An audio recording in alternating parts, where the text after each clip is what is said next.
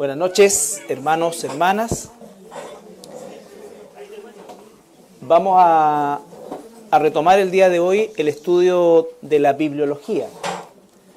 Les recuerdo que el estudio de la bibliología trata no de la parte del contenido de la Biblia como tal, como factor doctrinal, sino que más bien de la construcción del libro, de cómo es que el libro se compiló, cómo es que llegamos a tener este libro de 66 capítulos, por así decirlo, estos 66 libros que componen la Biblia.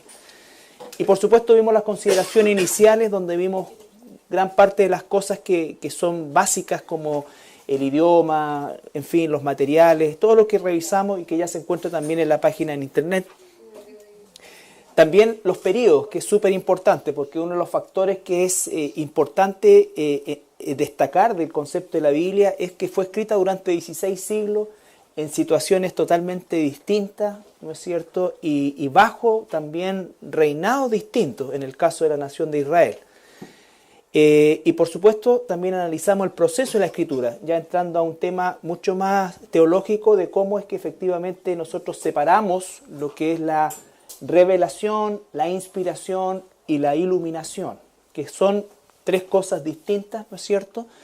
Tenemos por un lado la revelación de Dios que Él entregó a hombres, a 40 hombres en particular, y porque el libro de Esther y Ruth fueron escritos por Esdras, recuerden ustedes. Entonces son solamente varones los que escriben la Biblia, y esa revelación, ¿no es cierto?, produjo una inspiración, y lo que hoy día nosotros tenemos ya no es, obviamente tenemos la revelación, pero lo que tenemos es la iluminación que el Espíritu Santo nos da de entender lo que la Escritura nos dice. ¿Ya? Toda la Escritura es inspirada por Dios, pero nosotros, ¿no es cierto?, recibimos esa iluminación por el mismo Espíritu Santo para entender lo que la Biblia nos dice. Solamente la iluminación puede tenerla un hijo o una hija de Dios.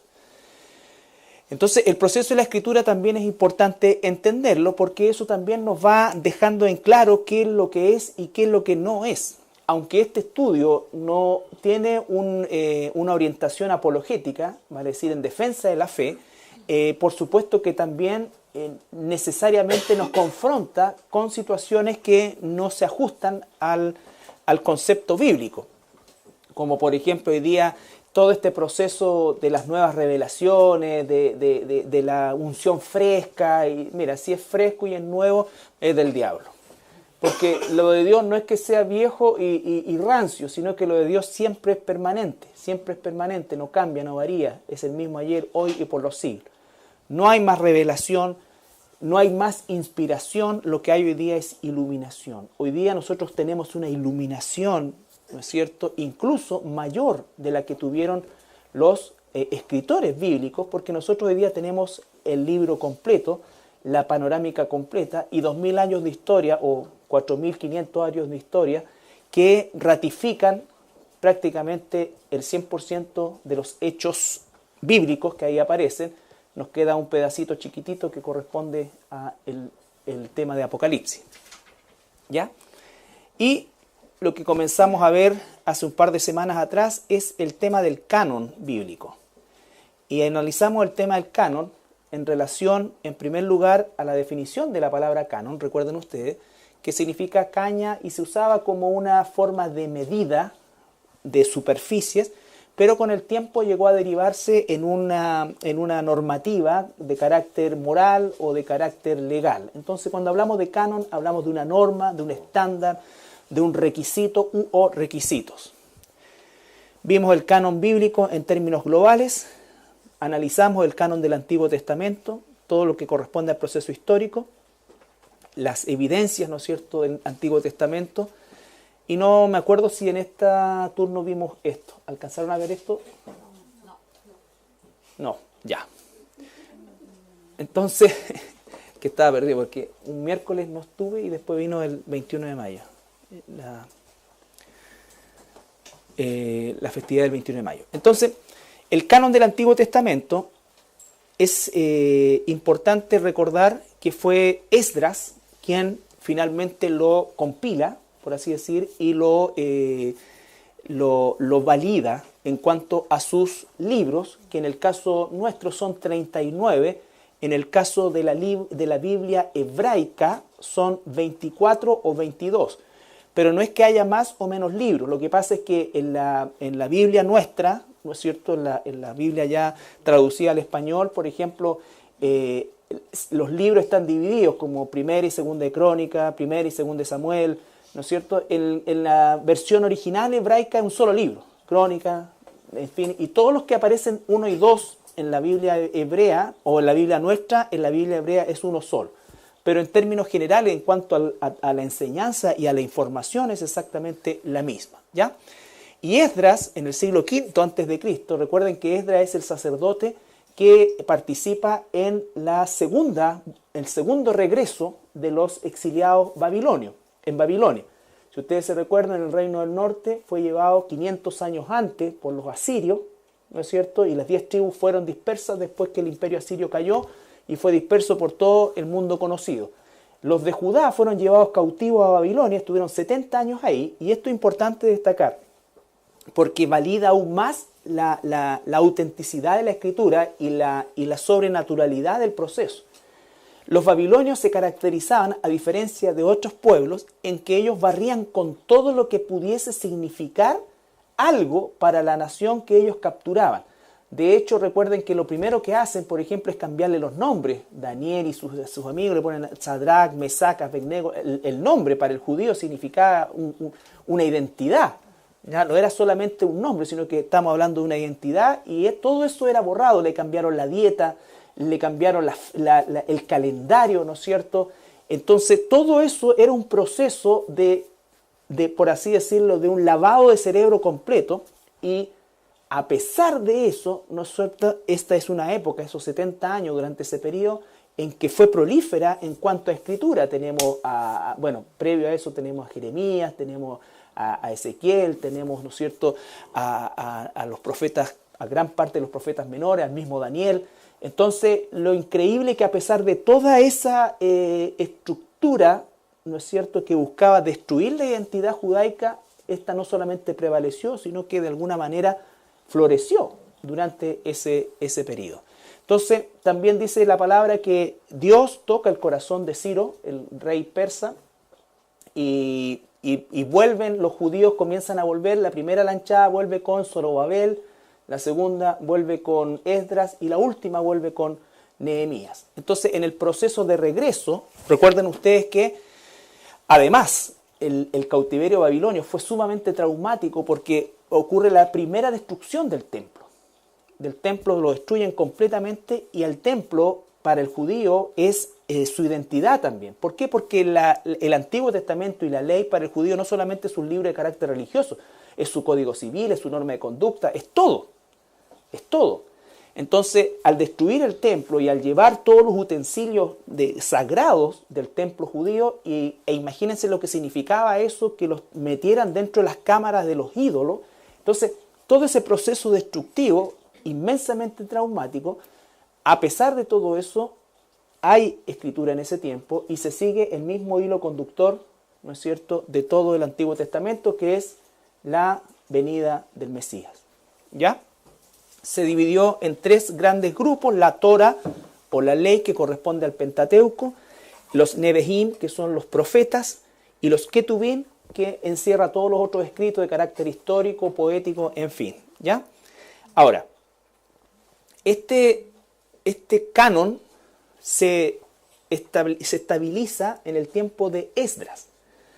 Pero después viene un periodo, recuerdan ustedes, de 400 años de silencio, 430 años desde Malaquías hasta Juan el Bautista, en lo cual no hay profeta en Israel, no hay revelación, no hay Dios no habla por medio de ningún profeta hasta Juan el Bautista. Cuando comienza Juan el Bautista, comienza el cierre del periodo profético para dar comienzo a lo que es el periodo de la gracia, que parte con la muerte y resurrección de nuestro Señor Jesucristo, y posteriormente el periodo de la Iglesia. Pero recuerden que ese periodo fue, entre comillas, relativamente corto dentro de lo que es el proceso histórico, porque si contamos el 33 después de Cristo, la muerte y crucifixión de Jesús, ¿no es cierto?, ya tenemos, por ejemplo, el año 70, el evento traumático o el segundo evento más traumático en la historia de Israel, que es la destrucción otra vez de Jerusalén, la destrucción del templo, ¿no es cierto?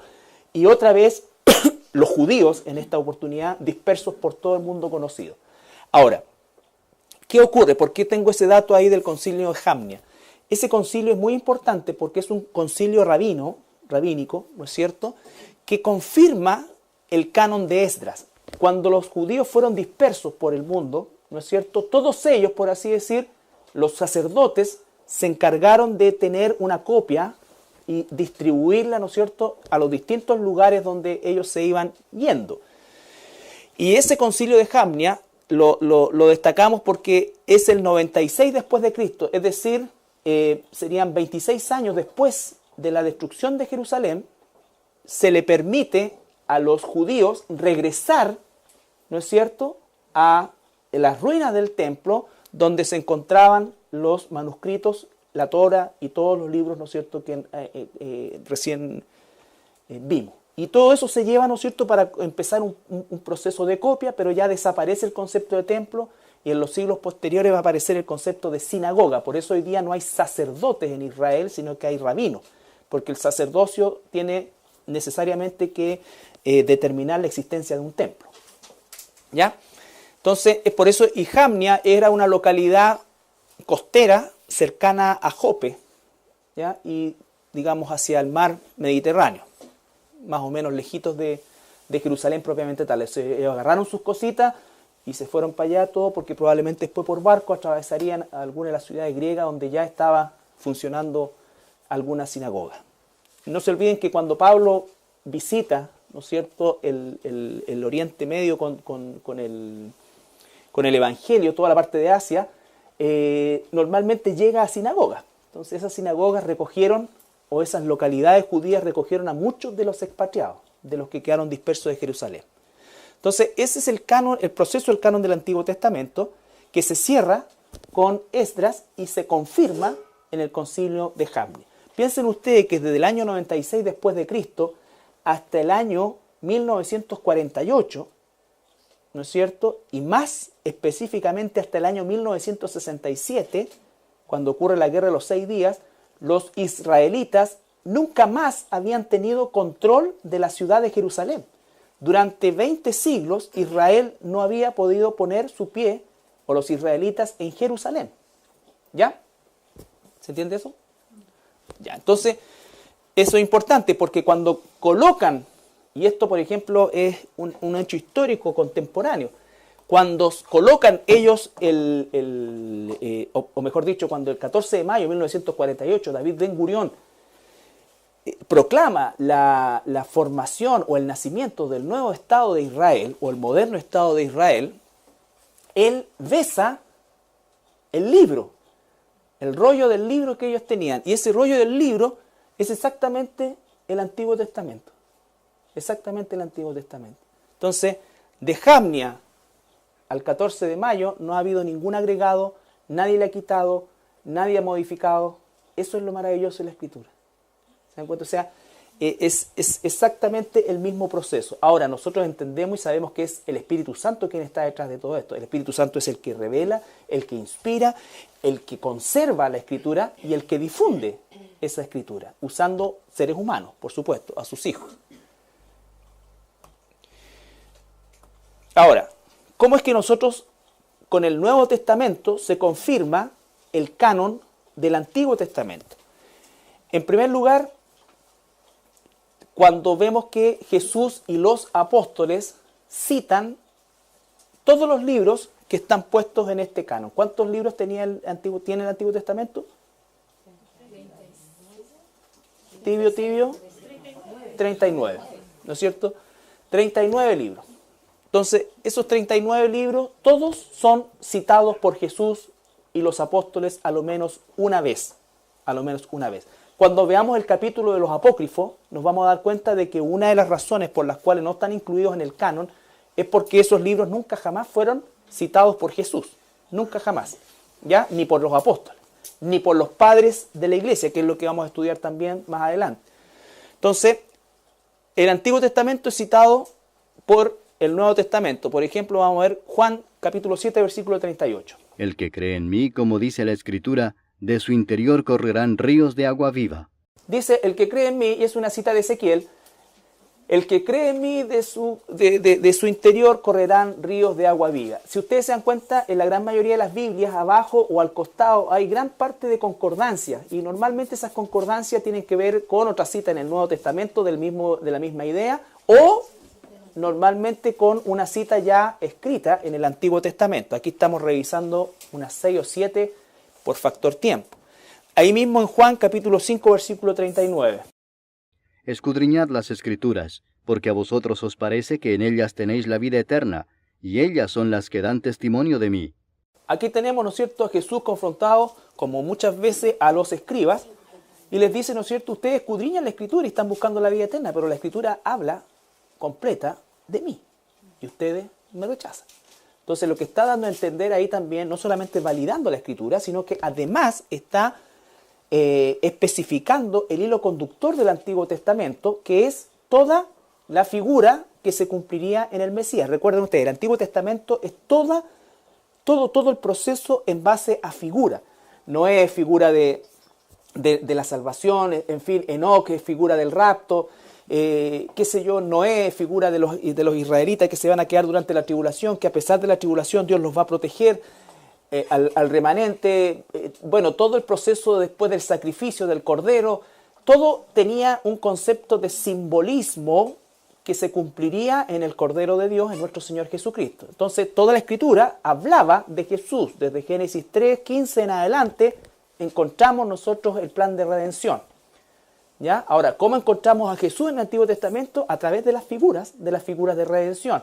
Por ejemplo, Ruth es un libro que habla acerca de la redención de Booz, que la redime de su condición de esclava, ¿no es cierto? Y la redime. Todo ese proceso es justamente una figura. Por eso dice Jesús, toda la Escritura habla de mí. Toda la Escritura habla de mí. Ahora, el libro de Mateo 21:42. Jesús les dijo, ¿nunca leísteis en las Escrituras, la piedra que desecharon los edificadores ha venido a ser cabeza del ángulo? ¿El Señor ha hecho esto y es cosa maravillosa a nuestros ojos?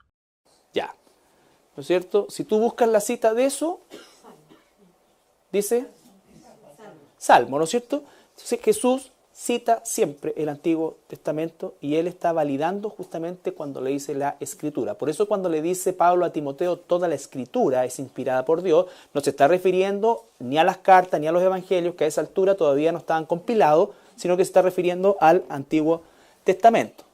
¿Ya? Hechos 8:32. El pasaje de la Escritura que leía era este: como oveja a la muerte fue llevado, y como cordero mudo delante del que lo trasquila, así no abrió su boca. Ya, recuerden ustedes que el pasaje ese es Felipe, que está evangelizando a partir del libro de Isaías a este funcionario eunuco de tesorero de la reina de Candace. ¿Ya? Entonces, pero él parte de la Escritura. Ahora, Romanos capítulo 1, versículo 2. Que él había prometido antes por sus profetas en las Santas Escrituras. Él había prometido antes por los profetas en las Santas Escrituras. Romanos 4:3. Porque, ¿qué dice la Escritura? Creyó Abraham a Dios y le fue contado por justicia. Ya, ¿no es cierto? Otra vez cita la Escritura y dice, creyó Abraham a Dios y le fue contado por justicia. ¿Dónde está eso? Génesis. ¿Ya? Ahora, segunda de Timoteo, capítulo 3, versículo 15. Y que desde la niñez has sabido las sagradas Escrituras, las cuales te pueden hacer sabio para la salvación por la fe que es en Cristo Jesús. ¿No es cierto? Has sabido las Escrituras. En el caso de Timoteo, su madre y su abuela le enseñaban la Escritura. Ahora ahí dice que te pueden hacer salvo. Recuerden que cuando habla ahí de salvo no está hablando de la justificación, está hablando de la santificación y que un día vamos a pasar nosotros a la fase de la glorificación. Fuimos justificados, estamos siendo santificados y un día seremos glorificados a través de un cuerpo nuevo. ¿Ya? Entonces ahí en este pequeño, en esta pequeña muestra de pasajes nos damos cuenta que tanto los apóstoles como Jesús citan nutridamente todos los libros del Antiguo Testamento, ratificando con eso efectivamente que esos eran los libros que, que debían estar en el canon, ¿no es cierto?, o confirman el canon de 500 años de atrás de Esdras, ¿ya? Esdras dijo esto es, y Jesús confirma citando solamente esos libros. Ahora, no es como me decía alguien que es que habían muchos libros y tenían que elegir entre uno y otro, no. Los libros siempre estaban ahí, lo que ellos tenían que hacer era protegerlo justamente de lo falso. ¿Y cómo eso protegían de lo falso? Conociendo bien lo verdadero. Hubieron muchos escritos colaterales, ¿no es cierto?, a lo largo del tiempo, de falsos profetas. Por ejemplo, Jeremías habla mucho acerca de los falsos profetas, los falsos maestros que dijeron cosas que yo no dije. Y todo esto, que muchas veces esas cosas las escribían. Entonces los escribas y los sacerdotes, ellos eran encargados de mantener la pureza de la escritura. Tal como se les enseñaba a los trabajadores del tesoro en los Estados Unidos, lo hacían conocer durante casi 3 o 4 años solamente los billetes verdaderos, cosa que cuando cayera el falso ellos lo iban a distinguir. No estudiaban los falsos para conocer el verdadero, conocían bien lo verdadero y sabían al toque, ¿no es cierto?, si un billete era falso o no. Entonces nosotros lo mismo, la escritura y el proceso es lo mismo, sabían exactamente bien qué había dicho Dios y a quién le había dicho Dios. Así ha dicho Jehová y se cumplía, ¿no es cierto? Los profetas estaban certificados, no solamente con que se cumplían lo que decían, sino que además con señales y prodigios, como por ejemplo Elías y todos los que estuvieron parte, digamos, en el proceso de la historia. ¿Ya? Por lo tanto, el mismo Nuevo Testamento confirma el Antiguo Testamento. ¿Ya? Esa es la biblioteca que nos tenemos que aprender todos. 66 libros, en fin. Canon del Antiguo Testamento. Aquí están resumidos algunos aspectos que se consideraron para el establecimiento del canon. ¿Ya? Primero, la evidencia de que Dios es su autor, ¿no es cierto? Y esa evidencia era dicha por el título que todo profeta decía al momento de hablar. Así dice Jehová, ¿no es cierto? Así dice Jehová. Hoy día ningún ser humano puede decir así dice Jehová a menos que cite la Biblia. ¿Ya? Ninguna persona puede decir así dice Jehová a menos que cite la Biblia. Por eso es que estamos estudiando el canon. El Antiguo Testamento ya se cerró. Ahora vamos a ver cómo se cierra el Nuevo Testamento y las razones de por qué justamente se cierra. Fue escrito por un profeta, un portador de Dios, es genuino y se puede saber el tiempo, lugar, así como su autor. Hasta el día de hoy existen todos los lugares en Israel donde se desarrollaron todos estos eventos. Su doctrina está apoyada por los otros libros que cumplen los otros requisitos. Fue de uso habitual de enseñanza en Israel. Jesús y los apóstoles citaron el Antiguo Testamento más de 600 veces. Podemos entonces decir que aceptar el Antiguo Testamento como palabra inspirada por Dios. ¿Ya? Entonces, ahí está el cierre del canon del Antiguo Testamento. Ahora, entre el Antiguo y el Nuevo Testamento, ¿no es cierto?, transcurren aproximadamente 430 años en los cuales no hay profeta en Israel.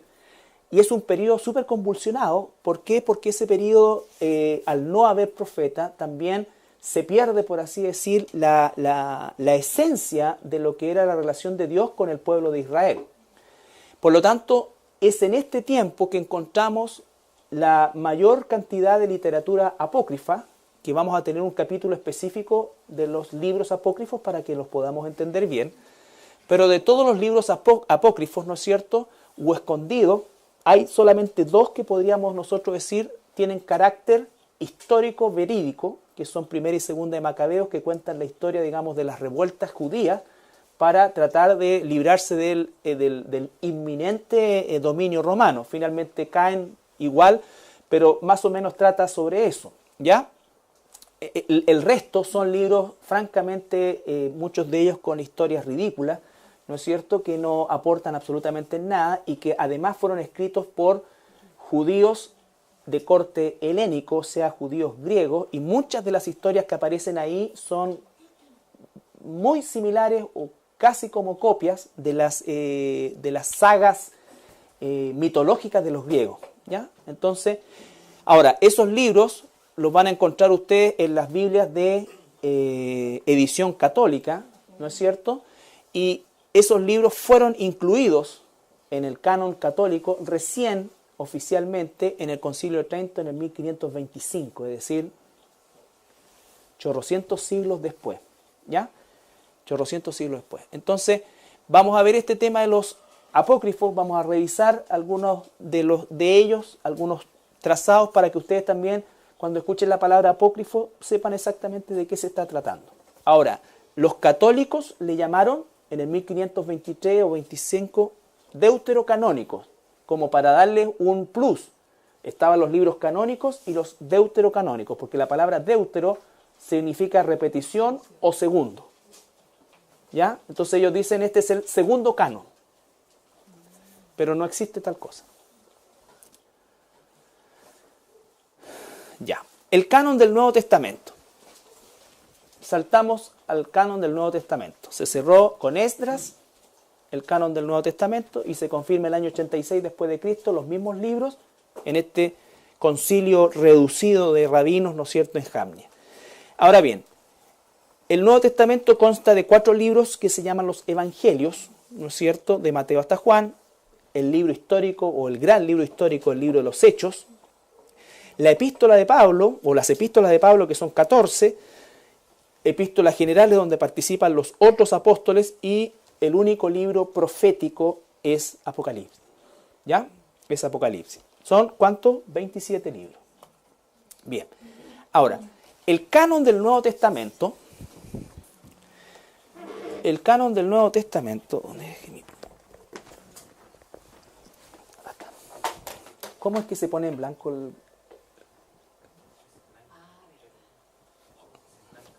En blanca. Ya me importa escribir acá, aquí. Nosotros tenemos que entender los periodos, ¿no es cierto? Tenemos el periodo de la Iglesia apostólica. No la olla satánica de la casa apostólica que se puso ahí abajo.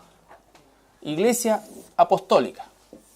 Esta va desde el año 33 después de Cristo hasta el año 100 después de Cristo. ¿Qué característica tiene esta iglesia apostólica? Justamente que se escribe el Nuevo Testamento. Parte con Marcos y termina con Apocalipsis, escrita por Juan. ¿Cierto? Abre el canon Marcos, cierra el canon Juan. Eso es súper, súper importante. Por eso es que Juan termina el Apocalipsis diciendo: el que le quita o le agrega queda bajo maldición. El mismo Juan dice que Jesús hizo muchas otras cosas, pero las que se registraron son las que el Espíritu Santo determinó que a través de esas Él llamaría a su pueblo. ¿Ya? Entonces, ¿por qué? Porque cuando muere el apóstol Juan, no hay otro nombramiento. Juan, antes de morirse, no nombró ningún apóstol, ni ninguno de los apóstoles nombró apóstoles después de su muerte. El ministerio apostólico, desde el punto de vista de los apóstoles de los 12, cesó con la muerte de Juan. Eso es categórico. No hay más apóstoles, porque los apóstoles tenían, si leemos nosotros, en el libro de los Hechos capítulo 2, versículo 40 y 42. Y con otras muchas palabras testificaba y les exhortaba diciendo: sed salvos de esta perversa generación. Así que los que recibieron su palabra fueron bautizados, y se añadieron aquel día como 3,000 personas. Y perseveraban en la doctrina de los apóstoles, en la comunión unos con otros, en el partimiento del pan y en las oraciones. Perseveraban en la doctrina de los apóstoles. La autoría apostólica es irrepetible. ¿Qué estaban haciendo los apóstoles a partir de Hechos capítulo 2? ¿No es cierto? Con el nacimiento de la iglesia, con la venida del Espíritu Santo en Pentecostés, donde produjo el milagro de los idiomas, fue hacer la transición de la ley a la gracia, ¿no es cierto? Y rápidamente, por una necesidad obvia, el Evangelio estuvo básicamente dentro del marco judío. Dios soberanamente eligió la fiesta de Pentecostés, que es una de las 5 fiestas más importantes de los judíos y que de alguna manera implicaba la peregrinación de todos los judíos del mundo conocido a la ciudad de Jerusalén. Se calculaba que podían haber cerca de 1 millón de personas como población flotante durante las fiestas de Pentecostés. Es en esa fiesta cuando ocurre el milagro de los idiomas, en los cuales hablan elamita, que es el persa o el idioma de Irán, parto, medo, en fin, una serie de idiomas. Por lo tanto, todos los judíos que asistieron a esa fiesta escucharon el Evangelio de Jesucristo en su propio idioma. En su propio idioma. Y bien hablado, bien pronunciado. O sea, el don de lengua no produciría un discurso como mexicano hablando inglés o norteamericano hablando español, sin acento. O sea, sería perfecto. Él creó los idiomas, él hizo eso. ¿Ya? Entonces, ahí parte la iglesia, y la iglesia comienza entonces el proceso de la escritura del Nuevo Testamento a través de los apóstoles, ¿ya? Y por lo tanto los apóstoles, para certificar, y esa es la razón de los milagros y prodigios que ellos hacían, ¿no es cierto?, era para certificar la autoría apostólica y la autoría de palabra de Dios que tenían sus dichos. Por eso es que la iglesia perseveraba en la doctrina de los apóstoles. Y por eso es que el libro de los Efesios nos dice que la estructura o la base de la iglesia es los apóstoles, los profetas, Antiguo y Nuevo Testamento, y la piedra angular es Jesús. ¿Ya? Por eso es que es tan satánico que hoy día haya un movimiento que se atribuya la autoría o la misma condición de los apóstoles del Nuevo Testamento. No existe eso. Eso es falso, eso es satánico, eso es mentira. No hay áreas grises. O estamos haciendo la voluntad de Dios o no la estamos haciendo.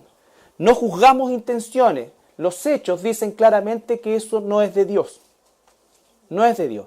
Porque eso significaría entonces que debiéramos perseverar nosotros no solamente en la doctrina de estos apóstoles, sino que también en la de ellos. Y la de ellos contradice esta. Hoy día no existen apóstoles. Por eso dije que cuando nosotros íbamos a profetizar el día de hoy, usábamos la Escritura. La Escritura. ¿Ya? Lo otro es jugar a las adivinanzas. Después que muere el apóstol Juan, que no dejó ninguna sucesión apostólica, que es la mentira católica romana, que a partir del año 91 apareció un movimiento pseudo cristiano, que no es cristiano, de restauración apostólica, ¿no es cierto? Por eso dije recién, porque esta institución que se puso ahí en Balmaceda viene de esta línea, ¿no es cierto?, que tienen su apóstol y tienen, ellos verdaderamente le llaman incluso hasta como padre, ¿ya? Los hijos de la casa y una serie de otras cosas y jerga que usan, que es una situación totalmente fuera del control bíblico, ¿ya? Los apóstoles no dejaron sucesores porque no debían dejar sucesores. Comienza del 100 al 315 el segundo periodo que se llama la iglesia primitiva. Y la iglesia primitiva lo que hace es cuidar, guardar, distribuir, ¿no es cierto?, y enseñar esta verdad ya terminada. No incluyen ningún otro libro. Esta iglesia primitiva fue continuada por los discípulos de los apóstoles. Los apóstoles fueron discípulos de Jesús. Los padres de la iglesia que se llaman, que los católicos romanos, ¿no es cierto?, lo toman como papas de ellos. Es la mentira más grande porque el catolicismo romano, como lo conocemos hoy, empieza el 565, cuando se instituye por primera vez el título de papa con Gregorio el Grande, ¿ya? Con Gregorio el Grande. Entonces, no es tal cosa, ni tiene nada que ver. Los padres de la iglesia fueron discípulos de los apóstoles, que también vamos a revisar parte de su historia, que estuvieron durante estos 200 años, ¿no es cierto?, protegiendo, sobre todo porque recuerden que estos 200 años constituyen una persecución feroz en la época de las catacumbas, en la época, ¿no es cierto?, de la persecución por el Imperio Romano, hasta el edicto de tolerancia de Constantino el año 315. Entonces, estos padres de la iglesia eran, por último, los primeros autorizados para hacer o decir algo adicional. que el apóstol Juan antes de morir me dijo que escribiera esto. ¿Ya? O yo escuché que Pedro dijo esto. Todos fueron contemporáneos de los apóstoles, más jóvenes por supuesto. Pero lo que hicieron ellos fue confirmar el canon desde Marcos hasta Juan. Desde Marcos hasta Juan. Y ahí es donde establecen estos parámetros que son similares a los del Antiguo Testamento. Primero, la antigüedad. No podía ser ni antes de Cristo, ni después de Cristo, sino que durante Cristo. ¿Ya? Durante el ministerio de Cristo. Lo segundo, la autoría apostólica o certificada por esto. Los únicos dos libros que no fueron escritos directamente por la mano de un apóstol fueron Marcos, y de los evangelios, ¿no es cierto? Fueron Marcos y Lucas. Pero Marcos, sabemos, ¿no es cierto?, históricamente que el autor intelectual y espiritual, el Espíritu Santo, ¿no es cierto?, pero es Pedro quien guía este evangelio. Si no hubiese sido aceptado por Dios, Juan, que fue el último apóstol que murió 40 años después de la muerte, o 30 años después de la muerte de Pablo, el último de los elegidos, ¿no es cierto?, él podía perfectamente haber deshecho todo lo que estaba, pero no solamente lo deshace, sino que lo certifica, y lo traspasa y lo certifica a los que venían a continuación, que fueron los que forman la iglesia primitiva. Entonces, eran los apóstoles o alguien certificado por ellos, pero que ese alguien certificado por ellos tendría que haber conocido a Jesús, haber visto la resurrección de Jesús, la crucifixión de Jesús, todo el proceso, es decir, ser absolutamente testigo ocular. Lo tercero, la aprobación universal, vale decir que todas las iglesias que se formaron consideraran estos escritos como inspirados y canónicos. Efectivamente, sí, esto lo escribió Pedro, esto lo escribió Juan, ¿ya? Y, por supuesto, la ortodoxia, que significa la armonía doctrinal entre los libros y el resto de los escritos. ¿Ya? ¿Por qué? Porque al igual que lo que dijimos en el Antiguo Testamento, y en este caso con mayor, porque fue mucho más prolífera la literatura pagana que pretendía meterse al canon que en el Antiguo Testamento. Entonces, por ejemplo, teníamos nosotros el Apocalipsis de Pedro. ¿Qué es lo que hacían los padres de la iglesia como líderes? Ellos pescaban esto, lo leían e inmediatamente sabían si era o no de autoría de Pedro. ¿Ya? O doctrinalmente eran desechados porque, por ejemplo, decía que a través de María también se llega a Dios, por decir una cosa. No, y lo iban desechando. Entonces ellos protegieron lo verdadero. No es que de un montón de cosas seleccionaron lo verdadero, sino que ellos fueron garantes de lo que siempre se consideró único y verdadero. El canon no consiste en elegir de una masa de libros cuáles quedan y cuáles no. No es esa la cosa. El canon se hace para proteger lo que siempre ha sido. Lo que siempre ha sido. Entonces, por eso es que no es el proceso, no consiste en seleccionar de todo lo que había, sino que consiste en proteger lo que había. Por eso es que el apóstol Pablo, por ejemplo, o en Judas, tenemos nosotros Judas, la carta de Judas,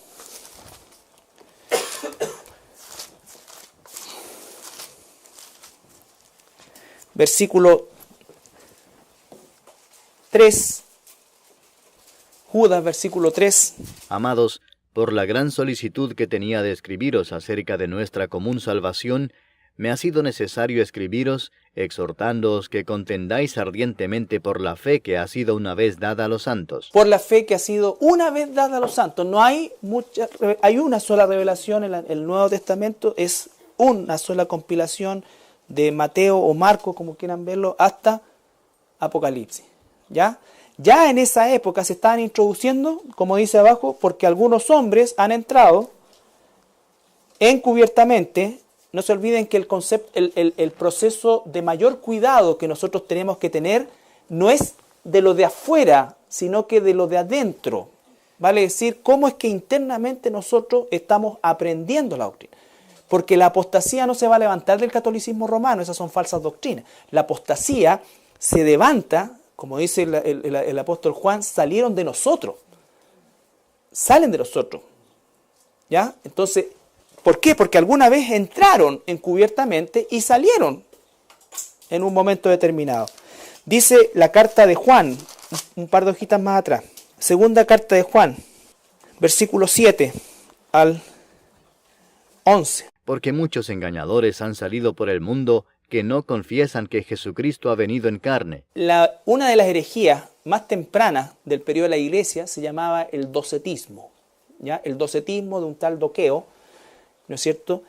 Él comenzó, porque tenía una fuerte influencia gnóstica, empezó a decir que Jesús en verdad no era físicamente, o sea, su parte física no era real, sino que era más bien como una especie de espectro. ¿Por qué? Porque los gnósticos consideraban que todo lo material, incluido el cuerpo, era malo. Entonces, en ese pensamiento, él no podía concebir que Jesús hubiese sido completamente humano. ¿Ya? Y por eso dice que acá está diciendo que Jesús no vino en carne. Era la herejía del momento. Hoy día la herejía del momento son los apóstoles, profetas, milagreros y demás. ¿Cuál es la recomendación? Versículo 8. Quien esto hace es el engañador y el anticristo. Mirad por vosotros mismos para que no perdáis el fruto de vuestro trabajo, sino que recibáis galardón completo. Cualquiera que se extravía y no persevera en la doctrina de Cristo, no tiene a Dios. El que persevera en la doctrina de Cristo, ese sí tiene al Padre y al Hijo. Si alguno viene a vosotros y no trae esta doctrina, no lo recibáis en casa ni le digáis bienvenido, porque el que le dice bienvenido participa en sus malas obras. ¿Qué más claro que eso? Y nosotros los invitamos a tomar té, celebramos cumpleaños con ellos, vamos a las primeras comuniones, vamos a los casamientos de ellos, y muchos frescos dicen, ay, yo no voy a la ceremonia, pero voy a la fiesta. ¡Peor todavía! O sea, ¡peor! Eso suena casi hasta aprovechador. O vas a todo o no vas a nada. Por favor, esto no lo estoy diciendo yo, aquí está diciendo la Biblia. Después nos va a decir al que el pastor nos dijo que no podíamos. Cada uno de nosotros tiene que tomar sus propias decisiones y yo jamás le he llamado la atención a alguien por algo que ha hecho. ¿Por qué? Porque el Padre, el Espíritu Santo que mora en ustedes y en mí es el que tiene que enseñarte y el que va a corregirte y el que va a juzgarte. La palabra te va a juzgar en el tribunal de Cristo, no para condenación. Pero ahí todas nuestras obras serán expuestas. Vuelvo a insistir, el apóstol Juan, que es llamado el apóstol del amor, ¿no es cierto? Dice él, cualquiera que se extravíe no persevere en la doctrina de Cristo no tiene a Dios. Es categórico. Es categórico. Nosotros tenemos personas que hasta el día de hoy consideran que hay católicos cristianos, por ejemplo. Cuando escucho yo personas que me dicen, oye, fui a un matrimonio, ¿no es cierto?, de mi prima, y sabes que el cura lo que dijo, pero fue súper certero, en realidad no nombró nada a María, no dijo todas esas cosas aquí. Lo encontré súper bueno.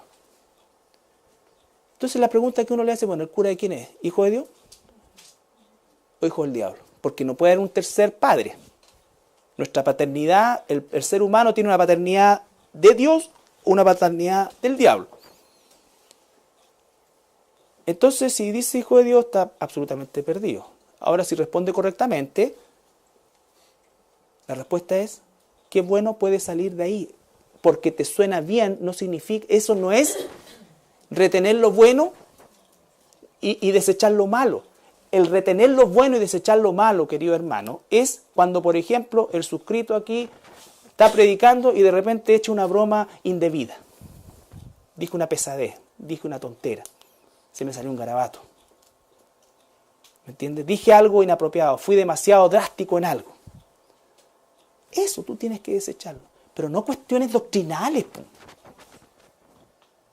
¿Te das cuenta? Entonces, esa falta de celo por la verdad es lo que podría a gran parte de lo que ya se llama iglesia. ¿Por qué? Hoy día veía yo en las noticias, ayer, aparece el Papa abrazándose con un musulmán y con un rabino, ¿no es cierto? Y abajo había unos comentarios y que faltaba un evangélico. Que por qué no habían invitado a un evangélico. Entonces mejor no escribí nada porque dije voy a enfriarme primero. Y después voy a escribir, porque suponía que estaba hablando de la unidad y esto acá. Entonces es no entender nada, porque dice buenas cosas, porque usa buenas palabras, porque nos llama a la unidad. Yo quiero recordarle a los hermanos que los autos de reo y la Inquisición y el tema de que somos anatema por no aceptar al Papa sigue en pie. Eso no se ha borrado de la doctrina católica romana. Está apagadita por ahora, pero no se ha borrado. Es más, los concilios vaticanos, los últimos dos, lo único que hicieron fue ratificar y endurecer la doctrina. Entonces, el apóstol dice acá, si alguno viene a vosotros y trae esta doctrina, no lo reciban. No nos está llamando a juzgarlo, está llamando a no juntarnos. No juntarnos. De los tales, apártate. ¿Por qué? Porque esto no se puede negociar. Quiero recordarle que el que hoy día nosotros tengamos una Biblia en la mano con tanta libertad costó miles de muertes de hermanos fieles que cuidaron con su vida la verdad. Y para que nosotros, siglo XX, digamos que todos los caminos llegan a Cristo y que no importa esto y estas cosas así. A mí me molesta mucho eso. Y yo les pido disculpas si aparece como una cosa muy violenta, pero de verdad es una situación que nosotros necesitamos recalcar. No tener una conducta policíaca, no tener esto, pero pues estamos estudiando el tema del canon. Y tú tienes que entender que Dios ya cerró su revelación. Si aparece alguien y dice, ¿sabes qué? Yo tengo nueva revelación, yo espero que tú y yo tengamos, ¿no es cierto?, el aplomo, ¿no es cierto?, espiritual y con respeto y como debe ser, decir, eso no es verdad porque no se ajusta a la Escritura. Es como cuando la gente dice, oh, pero nosotros hablamos en lengua. Ya, pongámosles que hablan en lengua. Si la Biblia dice que pueden hablar 2 hasta 3, si aparece un cuarto lo tienen que callar, pues. Pero ustedes no solo lo callan, sino que están los 90 balbuceando cosas. Si hay esos 3 y nadie interpreta qué dice la Biblia, cállate. Pero están violando abiertamente la Biblia y nosotros hoy día... Entonces, mi reclamo, hermanos, es ¿por qué tanta pasividad del pueblo de Dios? Hoy día lo falso tiene el poder. Lo falso, estoy hablando de lo que se llama cristiano, no se transformó en algo intocable. En algo intocable. Y eso no puede ser, porque para eso tenemos libertad. La libertad no es para asociarnos para la mentira, la libertad es para usar esa libertad y denunciar la mentira. Cuando tú denuncias la mentira, inevitablemente caen personas. Pero es parte de lo que debe hacerse. Nosotros no condenamos ni juzgamos a las personas. Pero el término juzgar es algo que está también absolutamente errado, porque la palabra juicio significa discernimiento. Lo que nosotros no ejecutamos es un juicio penal sobre alguien, que implica condenación, enjuiciamiento de esas características. Es Dios. Como el arcángel Gabriel le dice al mismo Satanás que Dios te juzgue. Pero el discernimiento es lo que nos llama a nosotros a apartarnos de lo bueno, de lo malo y a acercarnos a lo bueno de Dios. De Dios. El apóstol Juan está diciendo eso. Entonces la ortodoxia es fundamental. No solamente en el tiempo del canon, sino que el día de hoy también para nosotros. En el día de hoy también para nosotros. Entonces... esta autoridad del Nuevo Testamento fue ya establecida en la Iglesia y existían cientos de copias tanto de las cartas como de los evangelios. ¿Ya? Y ahí aparece un poco la historia de cómo se fueron desarrollando, digamos, más bien que desarrollando, cómo se fue compilando los escritos de los apóstoles y cómo esto llegó a transformarse en los 27 libros que forman el Nuevo Testamento de la Biblia cristiana. ¿Ya? Entonces, tenemos el canon del Nuevo Testamento, que se cierra con el apóstol Juan. La sucesión apostólica no existe. Lo que existe son los primeros discípulos de los discípulos, entre los cuales, por ejemplo, tenemos a Justino Marte, Ireneo, Clemente, Orígenes, Tertuliano, Hipólito, Eusebio, que ellos escribieron muchas cosas, pero sus escritos jamás tuvieron un carácter canónico y ellos solamente en estos pocos que revisamos, en sus escritos hay más de 36.000 citas a la Escritura, al Nuevo Testamento. ¿Por qué? Porque ellos ratificaron el Nuevo Testamento. El Nuevo Testamento. Y por supuesto el Antiguo ya estaba ratificado. ¿Ya? Entonces, el cuidado de la ortodoxia es también un deber nuestro el día de hoy, porque no podemos pisar irrespetuosamente la sangre de millones de nuestros hermanos que dieron su vida por esta verdad. Sí, guiados por el Espíritu Santo, sí, por supuesto, fortalecidos por el Espíritu Santo, usados por el Espíritu Santo, pero murieron igual. Fueron mártires igual. ¿Ya? Entonces, no puede ser tan liberal o libertino el hecho de aceptar cualquier cosa como de Dios. Porque por algo Dios usó 16 siglos, por algo Dios usó hombres, por algo Dios prácticamente le tomó la vida de estos hombres para provecho nuestro. Dice el apóstol Pedro, ¿no es cierto? El apóstol Pablo, las cosas que se escribieron, refiriéndose al Antiguo Testamento, se escribieron para nuestro provecho, ni siquiera fueron de provecho para ellos. Por eso que los profetas del Antiguo Testamento no sabían lo que hablaban, ellos hablaban para el tiempo futuro. Dice el apóstol Pedro que los profetas trataban de inquirir de qué se trataba esto, pero les fue revelado que no era para ellos, era para nosotros. Los discípulos, los apóstoles, murieron sin saber que sus cartas, lo que se iba a significar todo este proceso que el Espíritu Santo iba a recopilar. Por eso la iglesia primitiva tiene tanta importancia también, porque la iglesia primitiva es la que logra proteger, guiado y empoderado por el Espíritu Santo, esta verdad para que después pudiera salir a la luz. Para que después pudiera salir a la luz. Bien, ¿alguna pregunta?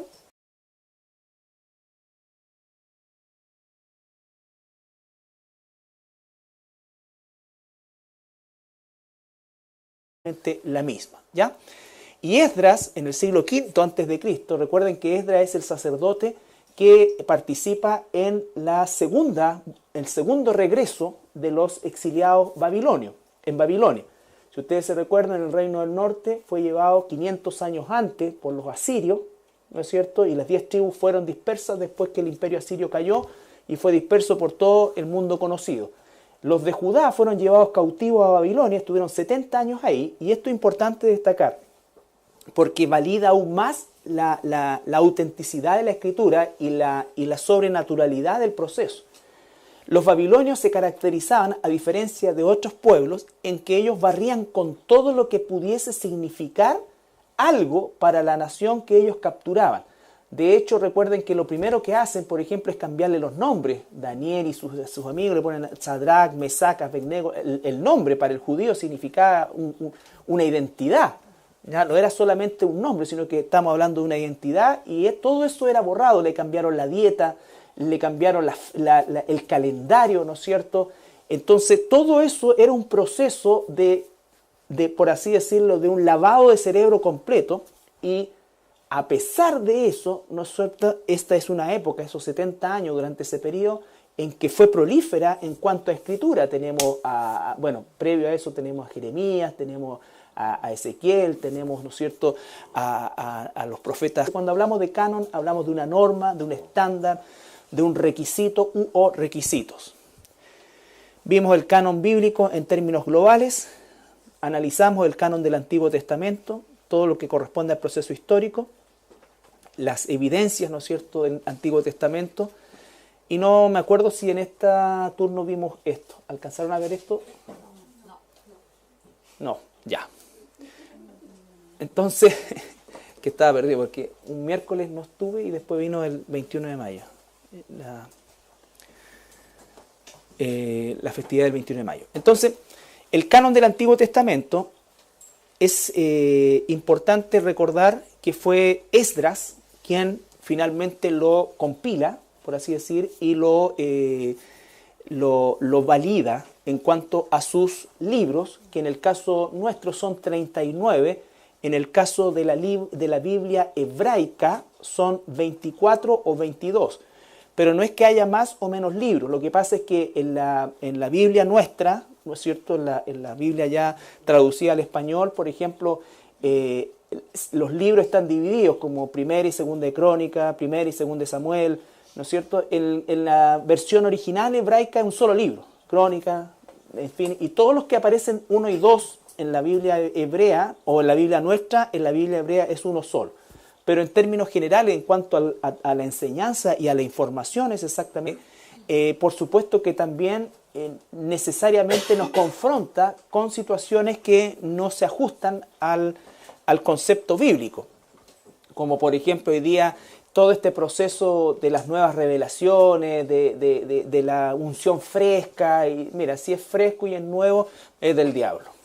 Porque lo de Dios no es que sea viejo y rancio, sino que lo de Dios siempre es permanente, no cambia, no varía, es el mismo ayer, hoy y por los siglos.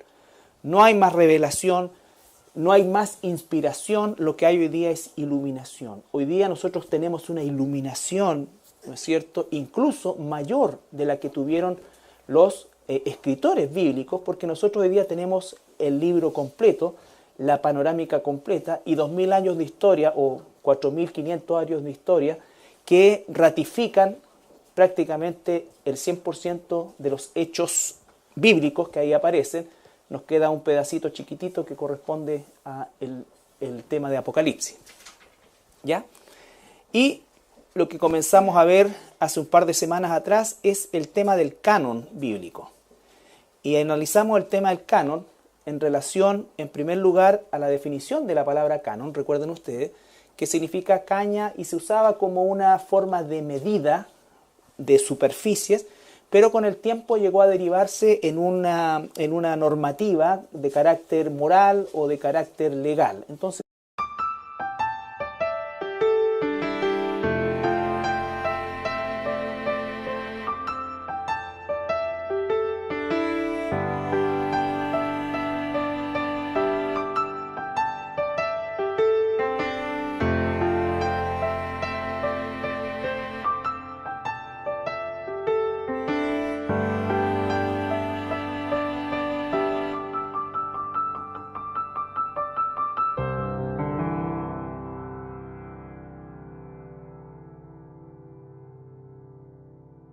buenas noches, hermanos, hermanas.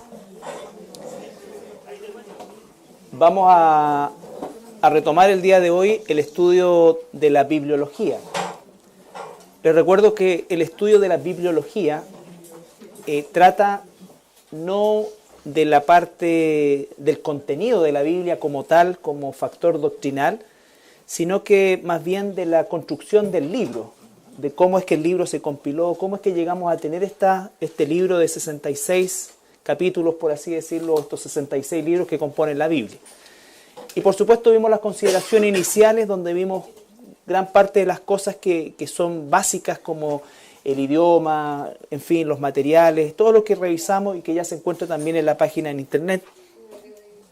También los periodos, que es súper importante, porque uno de los factores que es importante destacar del concepto de la Biblia es que fue escrita durante 16 siglos en situaciones totalmente distintas, ¿no es cierto? Y bajo también reinados distintos, en el caso de la nación de Israel.